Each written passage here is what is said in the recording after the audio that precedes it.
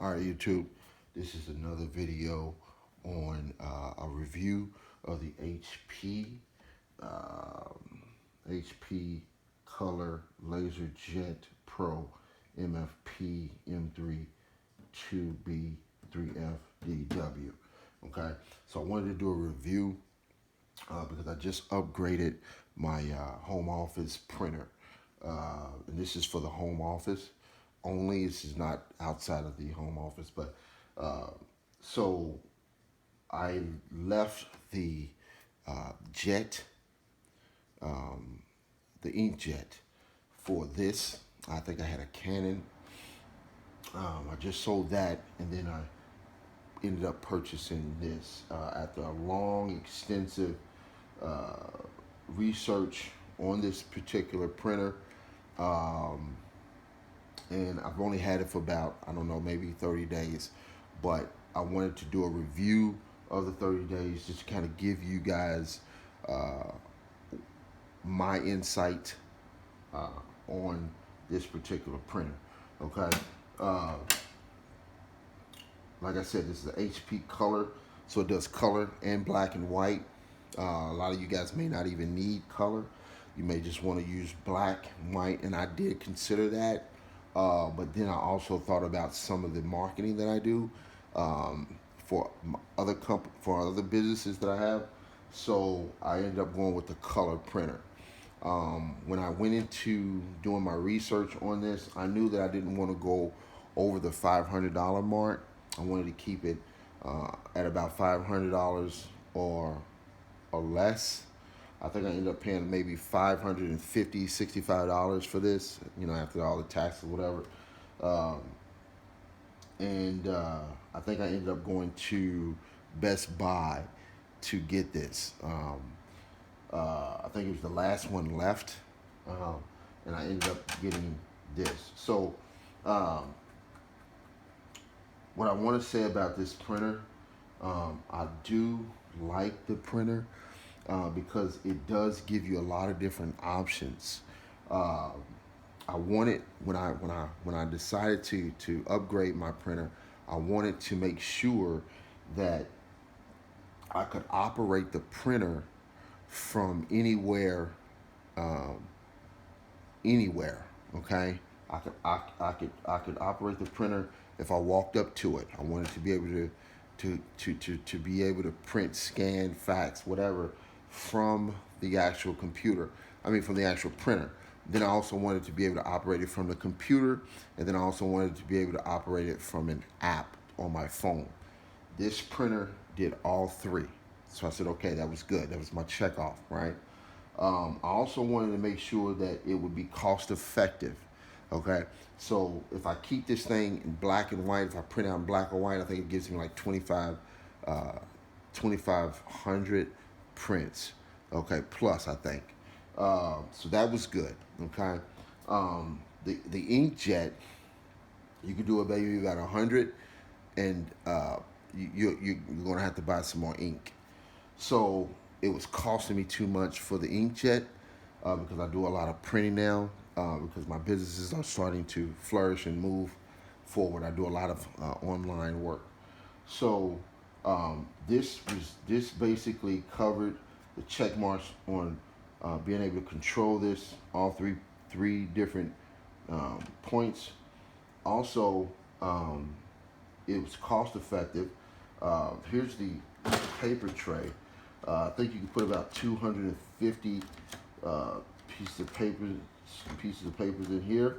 Um, and this is the paper tray. You can do envelopes and all that. Okay, so that's okay. It doesn't keep a lot of paper in there. I think you can buy an additional piece that goes under the bottom of that, where you can store more paper, but it's not going to feed the paper. It's just going to store it for you. But it's okay. I have a box on the side where I just store paper over there. Here, it's going to disconnect there because I got the actual panel open to remove the ink.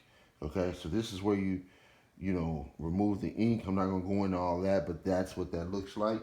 Okay. This here is where the paper, once it's copied or scanned or whatever, comes out through here. Um, no, actually, when you print, you're gonna scan through here.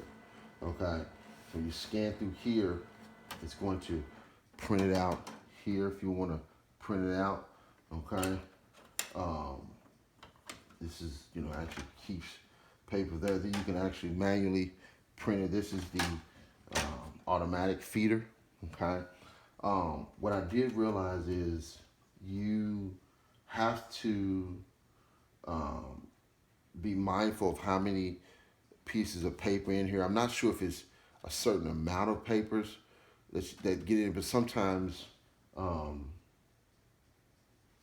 it will jam up if you put too many in here. It won't jam up to the point where in here it feeds it. What happens is over here it can't stack as many up as I would like.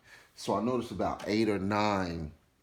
If you get to the 9th or the 10th, it'll start to causing this paper not to feed through because it doesn't have enough space in between here to stack up a lot of paper.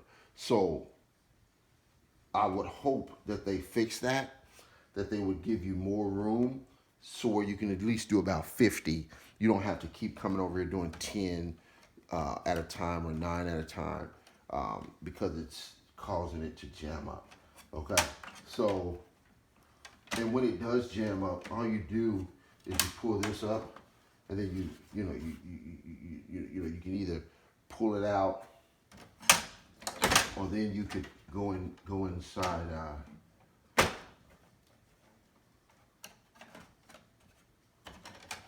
see here. Yeah, you can go in here and then pull that out.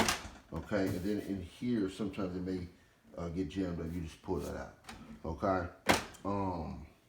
Like I said, it's about a $500 printer. It's doing the job. I have no bad things to say about it except for you have to mind how many you're going to put in here.